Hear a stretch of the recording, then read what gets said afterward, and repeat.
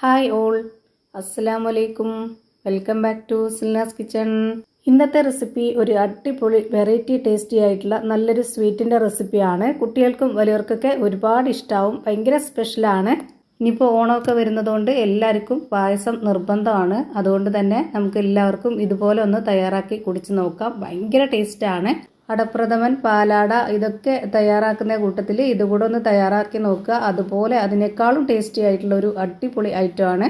അപ്പോൾ ഇതെങ്ങനെയാണ് തയ്യാറാക്കുന്നതെന്ന് അറിയാനായിട്ട് വീഡിയോ സ്കിപ്പ് ചെയ്യാതെ മുഴുവനായിട്ടൊന്ന് കണ്ടു നോക്കണേ. റെസിപ്പിയിലോട്ട് കിടക്കുന്നതിന് മുമ്പായി സിൽനാസ് കിച്ചൺ ചാനൽ ആദ്യമായിട്ട് കാണുന്നവരാണെങ്കിൽ പ്ലീസ് ഒന്ന് സബ്സ്ക്രൈബ് ചെയ്തേക്കണേ.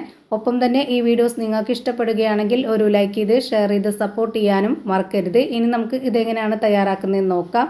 ഇതിനായി ഒരു ചുരക്ക എടുത്തിട്ടുണ്ട്. ഒരു മീഡിയം സൈസിലുള്ള ചുരക്കയാണ് എടുത്തിട്ടുള്ളത്. അതിൻ്റെ പകുതിയാണ് ഞാനിവിടെ എടുക്കുന്നത്.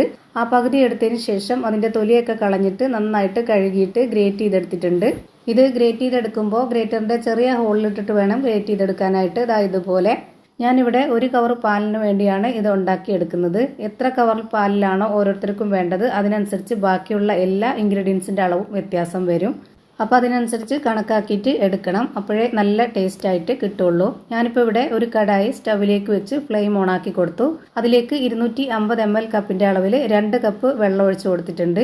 ഇനി ഇതൊന്ന് നന്നായിട്ട് ചൂടായിട്ട് വരണം. തിളച്ച് വരരുത്, ചൂടായാൽ മതി.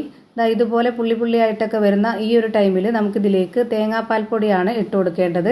അപ്പോഴാണ് ഇതിന് പ്രത്യേക ടേസ്റ്റ്. അതുമാത്രമല്ല സാദാ പാൽപ്പൊടി ആയിരുന്നാലും കുഴപ്പമൊന്നുമില്ല, രണ്ടും രണ്ട് ടേസ്റ്റ് ആണ്. ഇനിയിപ്പോൾ ഇത് ഞാൻ നന്നായിട്ട് ഇളക്കി കൊടുക്കുന്നുണ്ട്. തിളച്ച് വന്നു കഴിഞ്ഞിട്ട് ഇട്ട് കൊടുത്തു കഴിഞ്ഞാൽ കട്ട പിടിക്കും. അതുകൊണ്ടാണ് ഈ ഒരു ടൈമിൽ ഇട്ട് കൊടുത്തിട്ടുള്ളത്. ഇതുപോലെ നന്നായിട്ട് ഇളക്കി കൊടുത്തതിന് ശേഷം പിന്നെ ഇതിലേക്ക് ചതച്ചെടുത്തിട്ടുള്ള ഏലക്കയാണ് ഇട്ട് കൊടുക്കുന്നത്. ഒരു 4 ഏലക്ക ഇട്ട് കൊടുത്തു.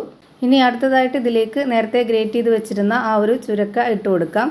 ഈ ഒരു ചുരക്ക മുഴുവനായിട്ടും ഇട്ട് കൊടുത്തതിന് ശേഷം പിന്നെ ഇതിലേക്ക് വേണ്ടത് 250 ml കപ്പിൻ്റെ അളവിൽ 1 കപ്പ് അവിലാണ്. ഞാനിവിടെ വെള്ള അവിലാണ് എടുത്തിട്ടുള്ളത്. ഏത് അവിലായിരുന്നാലും കുഴപ്പമൊന്നുമില്ല. ഇനി നമുക്കിതെല്ലാം കൂടി നന്നായിട്ടൊന്ന് ഇളക്കി കൊടുക്കാം. ഇത് വേവിച്ചെടുക്കുമ്പോൾ തന്നെ ഞാനിതിലേക്ക് ഒരു നുള്ള് ഉപ്പിട്ട് കൊടുക്കുന്നുണ്ട്. അപ്പോൾ ഇതിൽ നല്ലൊരു ടേസ്റ്റ് കിട്ടും. ഇത് മധുരത്തിൻ്റെ റെസിപ്പിയാണ്. അതുകൊണ്ട് തന്നെ നമ്മൾ മധുരത്തിനനുസരിച്ചിട്ടുള്ള ആ ഒരു ബാലൻസ് ചെയ്യാനുള്ള ഉപ്പേ ഇട്ട് കൊടുത്തിട്ടുള്ളൂ. ഒരു 1.5 മിനിറ്റ് സമയം വരെ ഇത് നന്നായിട്ടൊന്ന് വേവിച്ചെടുക്കാം.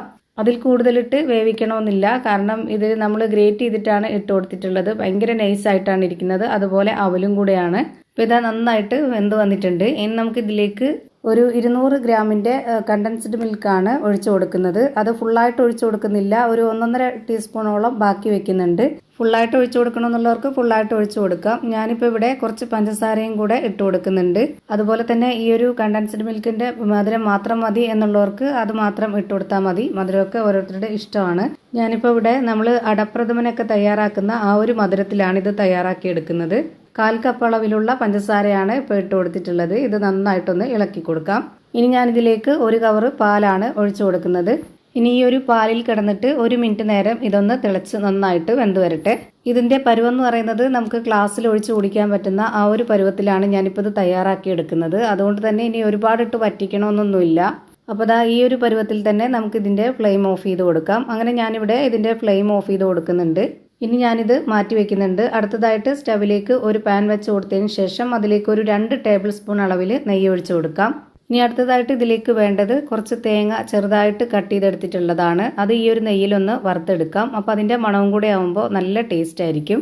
ഇതൊന്ന് ചെറുതായിട്ട് കളറൊക്കെ മാറി ഒന്ന് മൂത്ത് വരുന്ന സമയത്ത് നമുക്കിതിലേക്ക് കുറച്ച് അണ്ടിപ്പരിപ്പും അതുപോലെ തന്നെ ഉണക്കമുന്തിരിയും ഇട്ട് കൊടുക്കാം. അതിൻ്റെ കൂടെ ബദാമോ കപ്പലണ്ടിയോ അങ്ങനെ എന്ത് വേണമെങ്കിലും നമുക്ക് ഇട്ട് കൊടുക്കാവുന്നതാണ്. അതൊക്കെ ഓരോരുത്തരുടെ ഇഷ്ടമാണ്.